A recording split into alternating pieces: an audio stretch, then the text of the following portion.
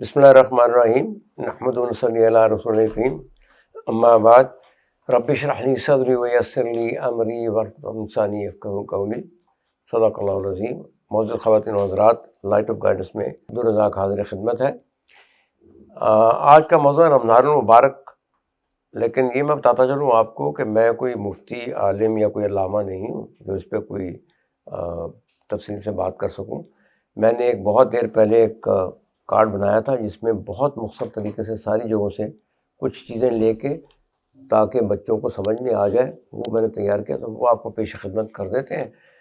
اور سب سے پہلے میں یہ عرض کر دوں کہ یہ جو چینل ہے لائٹ آف گائیڈنس، اس میں مذہبی امور کے علاوہ یہ رمضان کا چونکہ موضوع آ گیا، پھر اس کے بعد یہ عید الاضحیٰ کا موضوع آئے گا، اس پہ بات کریں گے۔ اور اس کے علاوہ یہ ہے کہ اس میں زیادہ تر بینکنگ، اسلامک بینکنگ، سودی بینکنگ، سود سے متعلق چیزیں، پھر یہ نوجوانوں کی اصلاح کے لیے کاؤنسلنگ، ان کی جاب کیسے ڈھونڈنا ہے، کاروبار کیسے کرنا ہے، کاروبار کو سنبھالنا کیسے ہے۔ اس کے ساتھ ساتھ ہمارا ایک اور چینل بھی چل رہا ہے، جس میں چینل نہیں، ویب سائٹ چل رہا ہے اسلامی کاروبار کے نام سے۔ تو یہ سارا مکس ایک مطلب پیکج ہے، لیکن اس میں نے اس لیے سوچا کہ آپ کو یہ یاد دہانی کرا دوں، کیونکہ یہ مختصر طریقے سے بتایا گیا کہ سب سے پہلے یہ رمضان کا ایک جو مجھے فیل ہوا ہے پچھلے کئی سالوں سے ہم دیکھ رہے ہیں کہ رمضان آتے ہی مسجدیں بھر جاتی ہیں۔ وہ شاید اس لیے کہ اللہ تعالیٰ نے فرمایا کہ یہ جنت کے دروازے کھول دی جاتے ہیں، دوزخ کے بند کر دی جاتے ہیں، شیطان کو بیڑیاں ڈال دی جاتی ہیں۔ لیکن میرا خیال یہ ہے کہ اللہ تعالیٰ نے بہت اچھا کیا ہے، لوگ تو آ جاتے ہیں لیکن اس کے بعد ان کو مینٹین کرنا بڑا مشکل ہو جاتا ہے۔ وہ سارے کے سارے مطلب ہے جیسے ہی عید الفطر آتی ہے تو مسجدوں میں 2 صفیں رہ جاتی ہیں نماز کے لیے، جماعت کے لیے، جو کہ بڑی ہی ایک عجیب سی بات لگتی ہے کہ کم از کم 1 مہینہ جن لوگوں نے، جن بچوں نے، جن احباب نے مسجد میں جانا شروع کیا تو کم اس کو کنٹینیو کریں۔ چلیں اپنے ٹاپک کی طرف آتے ہیں۔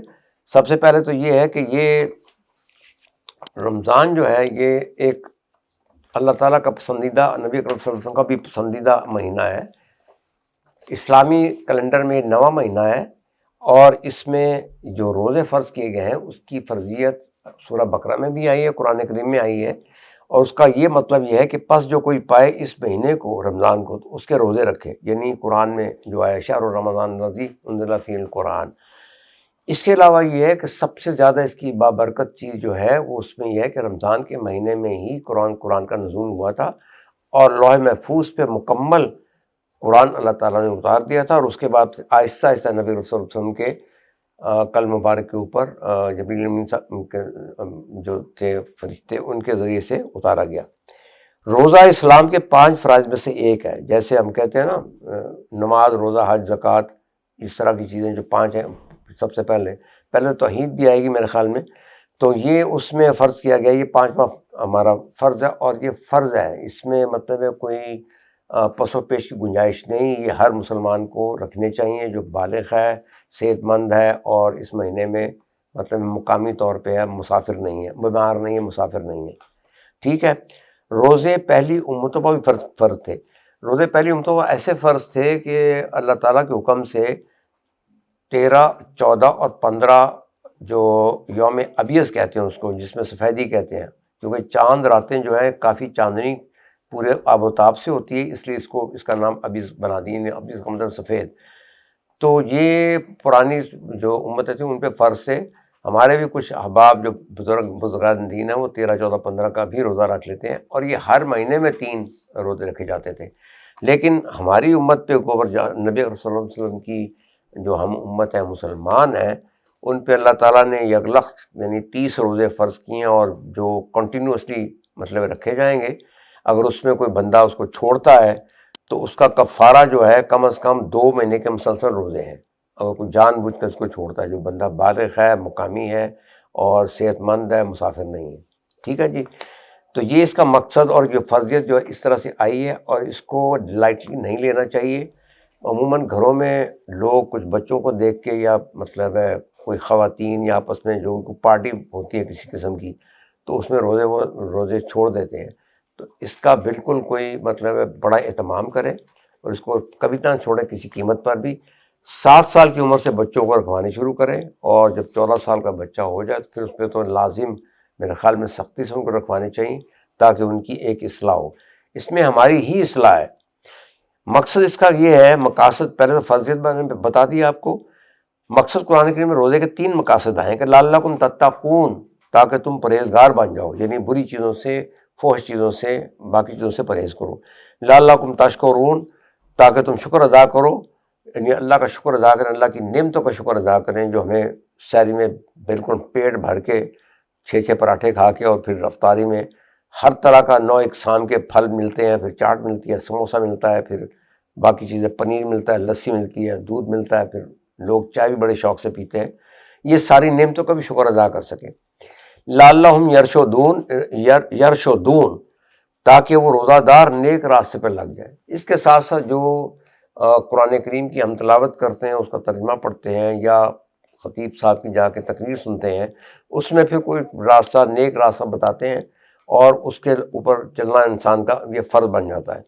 مختصر یہ ہے کہ روزے کا مقصد انسان کے نفس کی اصلاح ہے۔ روزہ رکھنے سے انسان میں پرہیزگاری بڑھتی ہے اور خواہشات انسانی پر قابو پاتے ہیں، یعنی اس روزے میں آپ کو حلال چیزوں سے بھی پرہیز کرنا پڑتا ہے۔ حرام تو خیر کھا ہی نہیں سکتا، لیکن جو جائز امور ہیں، مثلاً میاں بیوی کا ملاپ جو ہے وہ بھی اس میں منع ہے، باقی کھانے پینے کی چیزیں منع ہے، یعنی طلوع جس کو کہتے ہیں پاؤ پھٹنا، ڈان انگریزی میں کہتے ہیں اس کو، اس سے لے کے غروب آفتاب تک جو ہے یہ منع ہے سارا کچھ کرنا۔ آداب اس کے یہ ہیں کہ کتنے روزہ دار ایسے ہیں جن کو روزے سے بھوک پیاس کے سوا کچھ نہیں ملتا۔ یہ نبی صلی اللہ علیہ وسلم کی صحیح حدیث ہے، اور واقعی اس میں یہ ہے کہ روزے کا مقصد نگاہ کی حفاظت ہے، یعنی نگاہ بے محل اور ناجائز جگہ پر نہ پڑے۔ زبان کی حفاظت، روزے دار کو چاہیے کہ اپنی زبان کو جھوٹ، غیبت، چغلی اور بد کلامی سے باز رکھے، فساد اور بے مقصد بحث سے محفوظ رکھے۔ کان کی حفاظت کے، لوگوں کی غیبت، برائی اور ہر قسم کی فحش کلامی نہ سنیں، وہ سننا جائز نہیں ہے۔ حدیث میں آیا کہ غیبت کرنے اور سننے والا دونوں ہی گناہ گار ہیں۔ کسی کی برائی ہے جب فحش گفتگو سے بھی یہ روزہ فاسد آپ کا ہو جائے گا۔ اس کے علاوہ یہ ہے کہ اعضائے بدن کی حفاظت، یعنی ہاتھ پاؤں ہر قسم کے ناجائز امور سے روکے رکھنا، سحر و افطار رزق کے حلال سے اہتمام کرنا، غیر ضروری شکم سیری سے پرہیز کرنا، سحر و افطار میں حلال اشیاء سے اس قدر کھائے کہ تہائی پیٹ خالی رہے تاکہ عبادت میں سہولت ہو۔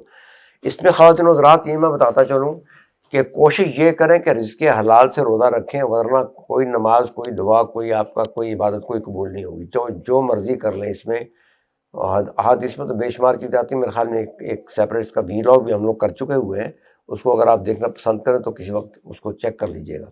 فضائل میں یہ آتا ہے کہ رب العزت نے فرمایا، سب سے پہلے اس کی فضیلت تو یہ ہے کہ اس میں اللہ تعالیٰ نے قرآن کا نازل کیا ہے، قرآن کریم کو نازل کیا ہے۔ یہ بہت بڑی ایک ہمارے اوپر ایک اللہ تعالیٰ کی عنایت ہے، مہربانی ہے امت مسلمہ کے اوپر۔ رب العزت نے فرمایا کہ روزہ میرے لیے، اس کا بدلہ میں خود دوں گا۔ وہ اس لیے کہ جو روزہ دار ہے اس کا اور اس کا اللہ کے ساتھ جو مطلب ہے رازداری، وہ تو اللہ کو پتہ ہے نا کہ اس نے کھایا پیا کچھ نہیں، ورنہ آپ اندر جا کے چھپ کے کوئی کچن میں یا کسی جگہ جا کے کوئی چیز کھا بھی سکتے ہیں اور بعد میں کہ میں روزہ دار ہوں، تو وہ ایک جھوٹ ہوگا۔ اس لیے اللہ تعالیٰ نے کہا اس کا جواب میں خود ہی دوں گا، اس کا ثواب میں خود ہی دوں گا۔ پھر جبریل امین نے فرمایا، حضرت جبریل امین جب آئے، رحمت سے دور ہوا وہ شخص جس نے رمضان مبارک کو پایا اور پھر بھی مغفرت نہ ہوئی۔ یہ اس میں ایک چھوٹا سا انسیڈنٹ بتایا جاتا ہے کہ نمازی صحابہ کرام بیٹھے ہوئے تھے، تو نبی صلی اللہ علیہ وسلم خطبے کے لیے جب اٹھے ہیں، پہلی سیڑھی پہ گئے تو آمین کہا ہے، دوسری پہ کہا تو آمین کہا ہے، تیسری پہ کہا تو آمین کہا ہے۔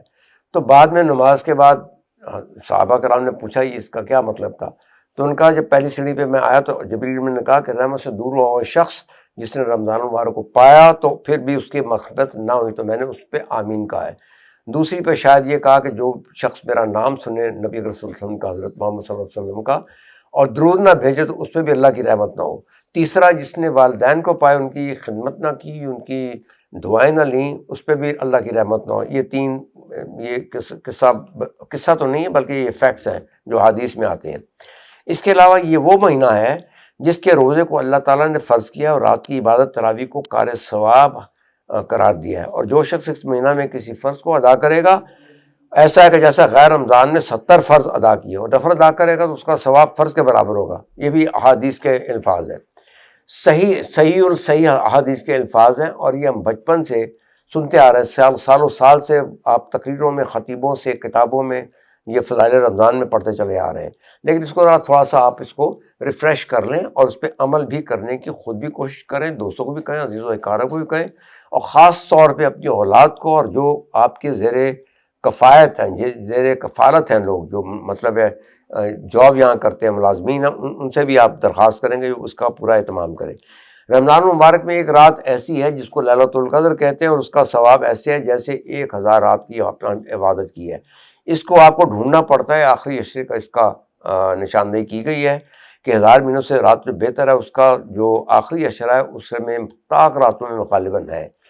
سنا یہ ہے کہ حدیث میں جو بھی ہمیں پڑھتے آئے ہیں اور بزرگوں نے بتایا ہے کہ غالباً اللہ تعالیٰ نے یہ اسپیسیفک کر دیا تھا، اس کی نشاندہی کر دی تھی کہ اچانک کسی شخص نے باہر کوئی آرگومنٹ کیے تو شاید نبی کریم صلی اللہ علیہ وسلم کے دماغ مبارک سے یہ چیز حذف ہو گئی۔ اللہ کی حکمت ہوگی اس میں، ہمیں اس میں کسی بحث میں نہیں پڑھنا، اور جو ہمیں اللہ تعالیٰ کو حکم ہے، نبی کریم صلی اللہ علیہ وسلم کو اس پہ عمل کرنا ہے۔ یہ مہینہ صبر کا مہینہ، صبر کا بدلہ جنت ہے۔ یہ مہینہ لوگوں کے ساتھ غمخواری کا مہینہ ہے۔ غمخواری کا مطلب یہ ہے، صبر کا تو یہ ہے نا کہ آپ نے کھانے پینے سے پرہیز کیا، اپنی خواہشات نفسانی کو آپ نے کنٹرول کیے رکھا، یعنی میاں بیوی کا مطلب اختلاط نہیں ہوا، ملاپ نہیں ہوا۔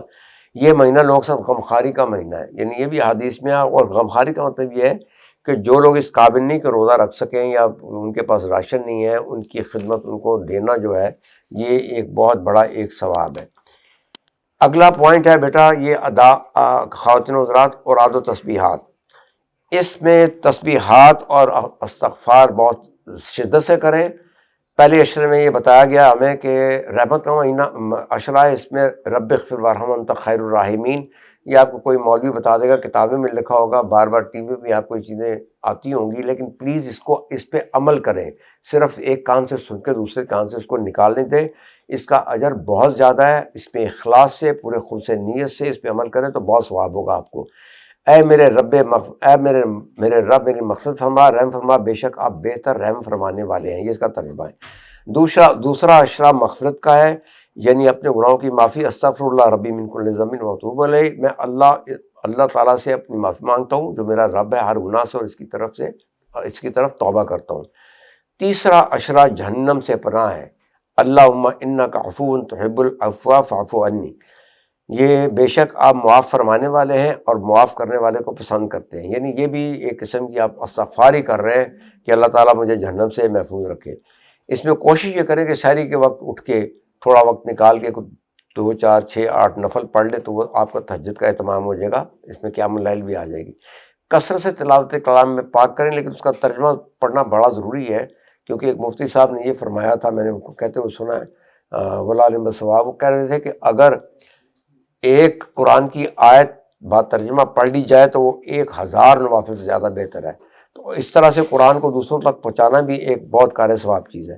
طلوع آفتاب کے وقت کے بعد ہر وقت استغفار کریں، دوسرے عشرے کی تسبیح غروب آفتاب کے بعد درود شریف کا ورد کریں۔ بہت بہت شکریہ۔